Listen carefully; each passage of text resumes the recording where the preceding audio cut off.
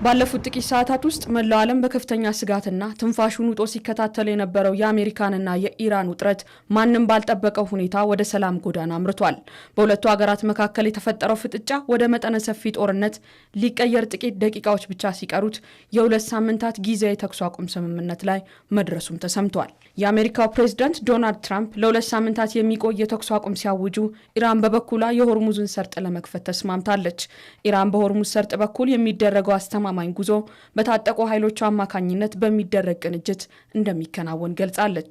ፕሬዝዳንት ዶናልድ ትራምፕ ቴሄራን ያቀረብኩትን ጥያቄ ካልተቀበለች ዛሬ ምሽት አንድ ሙሉ ስልጣን ይጠፋል የሚል ዛቻ ሰንዝረው የነበረ ቢሆንም በኢራን ላይ ሊያካሂዱት የነበረውን የቦምብ ጥቃት ለሁለት ሳምንታት ለማገድ ተስማምተዋል።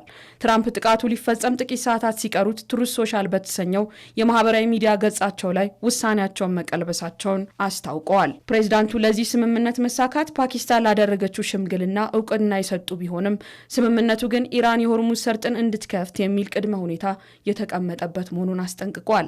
ትራምፕ በመልእክታቸው ከፓኪስታኑ ጠቅላይ ሚኒስትር ሸህባዝ ሸሪፍና ከፊልድ ማርሻል አሲም ሙኒር ጋር ባደረኩት ውይይት እንዲሁም ዛሬ ምሽት ወደ ኢራን ሊላክ የነበረው አጥፊ ኃይል እንዲቆይ ባቀረቡት ጥያቄ መሰረት የኢራን እስላማዊ ሪፐብሊክ የሆርሙዝ ሰርጥን ሙሉ በሙሉ በአፋጣኝና በአስተማማኝ ሁኔታ ለመክፈት ከተስማማች በኢራን ላይ የታቀደው ጥቃት ለሁለት ሳምንታት ለማገድ ተስማምቻለሁ ሲሉ ጽፈዋል። ይህም መልእክት የተላለፈው ትራምፕ ጥቃቱን ለመፈጸም ካስቀመጡት የጊዜ ገደብ 1 ሰዓት ከግማሽ ያነሰ ጊዜ ሲቀረው እንደነበር አልጀዚራ ዘግቧል። የትራምፕን መልእክት ተከትሎም የኢራን የውጭ ጉዳይ ሚኒስትር አባስ አራክቺ ጊዜያዊ ስምምነት ላይ መደረሱን አረጋግጠዋል። በኢራን ላይ የሚሰነዘሩ ጥቃቶች የሚቆሙ ከሆነ የእኛ ብርቱ የታጠቁ ኃይሎች የመከላከል እርምጃቸውን ያቆማሉ ሲሉ ነው አራክቺ የገለጹት። ለሁለት ሳምንታት ያህል በሆርሙዝ ሰርጥ በኩል የሚደረግ አስተማማኝ ጉዞ ከኢራን የታጠቁ ኃይሎች ጋር በሚደረግ ቅንጅትና ቴክኒካዊ ውስንነቶች ከግምት ውስጥ በማስገባት የሚቻል ይሆናልም ሲሉ አክለዋል። አራክቺ በተመሳሳይም ፓኪስታን የአሜሪካውን ጥቃት ለማስቆም ላደረገችው ጥረት ምስጋናቸውን አቅርበዋል።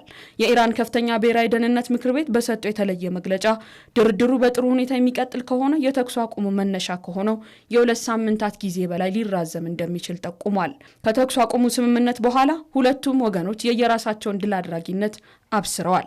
እስራኤልም በአሜሪካና በኢራን መካከል የተደረሰውን ለሁለት ሳምንታት የሚቆይ የተኩስ አቁም ስምምነትን በበጎ እንደምትመለከተው የሀገሪቱ ጠቅላይ ሚኒስትር ቤንያሚን ኔታንያሁ መግለጻቸውን አርቲ ዘግቧል።